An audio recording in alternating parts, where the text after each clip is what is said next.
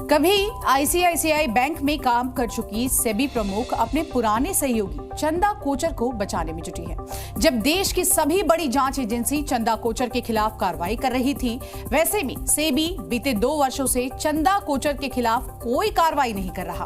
और दिलचस्प बात तो यह है कि जिस पर चंदा कोचर के खिलाफ ऑर्डर जारी करने का जिम्मा, वो चंदा कोचर का आईसीआईसीआई बैंक में जूनियर रह चुका है और उसकी नियुक्ति सेबी में सेबी प्रमुख की राय से ही हुई है।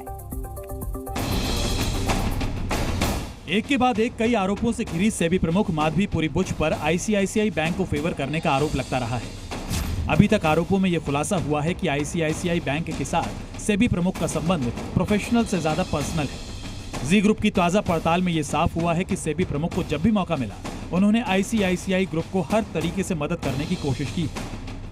ताजा जानकारी के मुताबिक ये साफ होता है कि माधवीपुरी बुच ने अपनी पुरानी साथी और आईसीआईसीआई बैंक की पूर्व एमडी और सीईओ चंदा कोचर को बचाने की हर संभव कोशिश की है। बीते कुछ वर्षों में देश की सभी बड़ी जांच एजेंसीज ने चंदा कोचर के खिलाफ एक्शन लिया, लेकिन सेबी पिछले 2 सालों से इस मामले में कोई ऑर्डर जारी नहीं कर रहा है, बल्कि इस मामले को लगातार आगे टाल रहा है। दिलचस्प बात यह है कि सेबी ने इस मामले में ऑर्डर जारी करने की जिम्मेदारी चंदा कोचर के जूनियर पर ही डाल दी। आपको माधवीपुरी बुच के मामले में सेबी के अभी तक की कार्रवाई के बारे में बताते हैं। सेबी ने सबसे पहले शो कॉज नोटिस भेजने में समय लगाया, फिर नोटिस गलत भेजा जिसको चंदा कोचर ने कोर्ट में चुनौती दी। इसी दौरान 2022 में चंदा कोचर के जूनियर और आईसीआईसीआई बैंक के group general council Pramod Rao SEBI का एग्जीक्यूटिव डायरेक्टर बना दिया गया।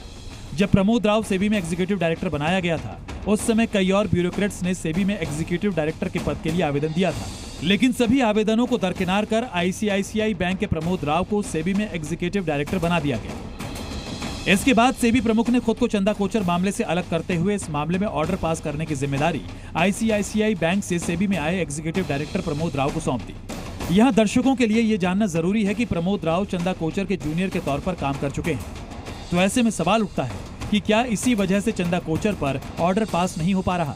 क्या प्रमोद राव अपने पुराने बॉस को बचाना चाहते हैं? प्रमोद राव की नियुक्ति में क्या पक्षपात किया गया? किस मजबूरी में आईसीआईसीआई बैंक के प्रमोद राव को सेबी में एग्जीक्यूटिव डायरेक्टर बनाया गया? यहाँ दर्शकों को यह भी जानना जरूरी है कि सेबी के एग्जीक्यूटिव डायरेक्टर की नियुक्ति में सेबी प्रमुख की राय आखिरी होती है। सेबी प्रमुख की ओर से आईसीआईसीआई ग्रुप को फायदा पहुंचाने का सिलसिला यही नहीं रुका, बल्कि चंदा कोचर के केस में आईसीआईसीआई बैंक को पार्टी ही नहीं बनाया और बाकी डायरेक्टर को भी छोड़ दिया। सेबी प्रमुख की ओर से आईसीआईसीआई ग्रुप को लेकर पक्षपात करने का सिलसिला अभी तक जारी है। मामला आईसीआईसीआई डायरेक्ट की डी लिस्टिंग से जुड़ा है। आईसीआईसीआई डायरेक्ट की डी लिस्टिंग में रिटेल निवेशकों को दरकिनार करते हुए सेबी ने डी लिस्टिंग को मंजूरी दे दी। अब परेशान छोटे निवेशक कोर्ट के चक्कर लगा रहे हैं। ब्यूरो रिपोर्ट, जी न्यूज़।